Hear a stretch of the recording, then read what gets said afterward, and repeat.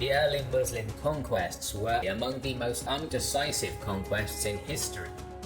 One particular siege in the summer of 634 AD played a critical role in opening the wealthy Byzantine Syria up to the Muslim invaders, the Siege of Damascus. During January of 634, at a place called Firaz, a combined Sassanid Roman force annihilated the Muslim general Khalid ibn al-Walid. This was his first contact with the Eastern Roman forces and the move to lay waste to the Sassanid armies in Mesopotamia. Khalid was about to attack deeper into Persian territory, but he received a letter from the Caliph. The letter ordered him to cease his attacks on the Sassanids and move into Syria to battle the Romans. Khalid and his army prepared to move west. As with the Mesopotamian invasions, there had been better opportunity for a strike into Roman lands. The destructive quarter-century-long conflict from 602 to 628 had undermined crucial defences in both regions. The Roman East, with all its religious, cultural, financial and strategic significance, was now vulnerable. During 633, the Muslims sent 4 separate corps to invade Palestine, in addition to the areas around the Sea of Galilee, the River Jordan and the Dead Sea. They had not achieved success. Assaults on the large urban settlements of the region could not be considered until reinforcements were brought up. For the additional troops, Abu Bakr sent the order to move west. To save time, the Muslim general chose a route through an especially desolate stretch of the Syrian desert. After 5 days of marching through this desolate landscape, the 9,000 Muslim army emerged at Suwa. Khalid's desert crossing neutralized the Byzantine defenses on the Arabian border. He turned south, towards the Syrian town of Basra. Roman Emperor Heraclius, who was now in Emesa, sent his brother Theodore and an Armenian general named Wardan south towards Ajnadain, 25 miles southeast of Jerusalem, where they began to gather a large army. The burgeoning Caliphate's army marched to meet their Byzantine opponents. Muslim accounts exaggerate the number of Roman troops they faced. The Byzantine forces in Syria, 10,000 strong and commanded by Wardan and Theodore, were outnumbered by the 15,000 Muslims. Both armies formed up in extended lines, with their camps to the rear, and both sides stood ready with 3 divisions of infantry, right, left and centre, while each wing had a cavalry flank guard. Behind the Muslim centre was a reserve. Before the battle began, a Christian bishop rode over to Khalid's army to negotiate a Muslim withdrawal. The Rashidun general responded by offering conversion to Islam or death in battle. The fighting at Ajnadain began when the Byzantine auxiliary missile units, stationed ahead of the main line, began to rain arrows and stones on their adversaries. As the superior Byzantine ranged units loosed, the Muslims suffered losses and were unable to respond. After the hail of missiles ceased, the Rashidun army attacked, and the subsequent fighting was a slogging match with little maneuver, and lasted until nightfall. The next day, Byzantine commander Wardan lured Khalid into a trap by offering a parley, aiming to exploit the confusion. The Arabs attacked again, with their flanks in front and centre behind. After savage hand-to-hand fighting, which exhausted and depleted both armies, Khalid deployed his reserve in the centre. Unable to withstand the pressure any further, Khalid's line collapsed. After this, Emperor Heraclius sent his brother Theodore back to Constantinople. The remnants of his army withdrew to the walled cities. Heraclius retreated with his headquarters further north to the city of Antioch. Muslim forces now controlled the countryside, were expected to advance on the most prominent urban centre in the area.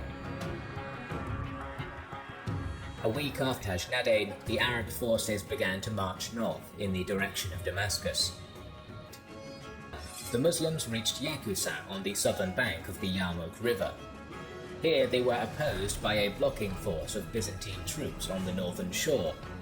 They were in position to offer serious permanent resistance, to delay the invaders, and to allow the great city to further prepare for a coming siege. After a battle here, the road was clear to Damascus. When the invading Arabs neared the city, the Muslim commander realized that his forces were numerous enough to encircle it entirely. Each of the Muslim sub-commanders stationed their contingents outside of the city's various gates, fully blockading the crucial thoroughfares by August 21st, with a total of around 20,000 soldiers, 16,000 infantry, and 4,000 mobile guard cavalry.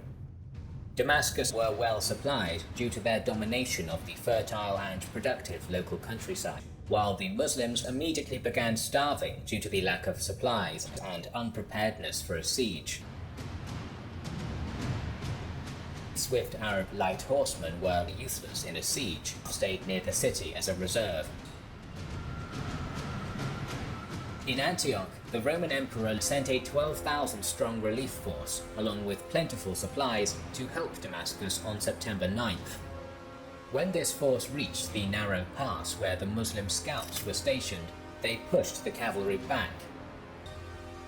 The besieging Arab forces were now stretched thin by Khalid's withdrawal, and he hurriedly returned to Damascus. It was clear action would be needed. The emperor's son-in-law decided to launch a counter-offensive. For this first attack, Thomas decided to concentrate on one specific section of the city, drawing men together from all sectors of the city towards the Gate of Thomas, where he was faced by around 5,000 soldiers under Shurabil. After the defending soldiers gathered in the area, the Byzantine commander began his sortie by ordering his archers to rain down a constant stream of arrows against their enemy. Using the cover granted by the Roman missile units, the infantry rushed through the Gate of Thomas and fanned out into battle formation, with Thomas himself leading the assault. During the skirmish, Thomas both broke through a section of the Muslim line and killed Shurabil. He was then shot in the eye by the Arab soldier. The sortie had break the siege, and the Byzantine forces retreated into the city. As they did, the injured Roman leader swore to take 1,000 eyes in return for his own. That night, another plan to break the siege was devised. This time launched simultaneous strikes from 4 of the gates. 2 large forces were gathered, at the eastern gate where Khalid was in command, and at the Gate of Thomas, where the main attack against exhausted enemy units would be undertaken. The other forces at the small gate and the Jabir gate were designed to pin their besiegers in place. As Thomas sounded the attack, a grinding battle took place at the Jabir gate, with Abu Ubaidah and his force suffering many losses. The situation was more serious at the eastern gate, where the Byzantines had a larger force. This larger contingent of defenders managed to break the Arab infantry and drive them back. Khalid himself arrived with 400 mobile guard cavalry. The Roman flank pushed the cavalry back. This weakened Khalid irreversibly. Once again, however, the worst of the fighting occurred at the Gate of Thomas. Here, the Byzantine forces were led by Thomas himself, and after intense fighting, there was weakness in the Muslim ranks. The Roman commander realized in continuing the grinding melee, commanded a slow, steady withdrawal. A Greek in Damascus, Jonah the Lover, climbed over the wall and informed Khalid that on the night of the 18th of September there would be a Christian religious ceremony which would leave the walls unguarded. This man converted to Islam and betrayed his city because of the Muslims' help in obtaining his bride. Details of the opportunity led Khalid to manage the ladders and purchase ropes to form an assault party. That night, 100 contingent climbed the walls, dropped into the city at the eastern gate. The attackers opened the gate and led the Muslim forces at the eastern gate inside the city. Byzantine detachments were unaware of their development, stayed at their posts. At the same time, Khalid began a spree of looting, raping, and massacring that was near unprecedented. Hundreds of thousands died, and countless priceless treasures were destroyed or stolen. Now attempting to save the city for a final time, Thomas sent envoys to Abu Ubaidah at the western Jabir Gate, offering surrender. This was given by Abu Ubaidah. However, Khalid, who had not finished slaughtering his way to the center of the city, was furious that a surrender had been allowed, though the city had been taken by storm. Nevertheless, many Muslim unit commanders agreed that a surrender would be honored. Khalid reluctantly accepted this judgment. The civilians in Damascus were enslaved. 3 days of safe passage given to Thomas and other inhabitants of Damascus not willing to live under Muslim rule. Jonah, who had helped the invaders capture the city, informed Khalid of a shortcut to Antioch. Using this path, Khalid caught up the Roman refugee column, massacred refugees and killed Thomas. For his assistance and conversion, Jonah received his fiancée. However, his fiancée committed suicide. This traitor died 2 years later, killed during the Battle of Yarmouk in August of 636.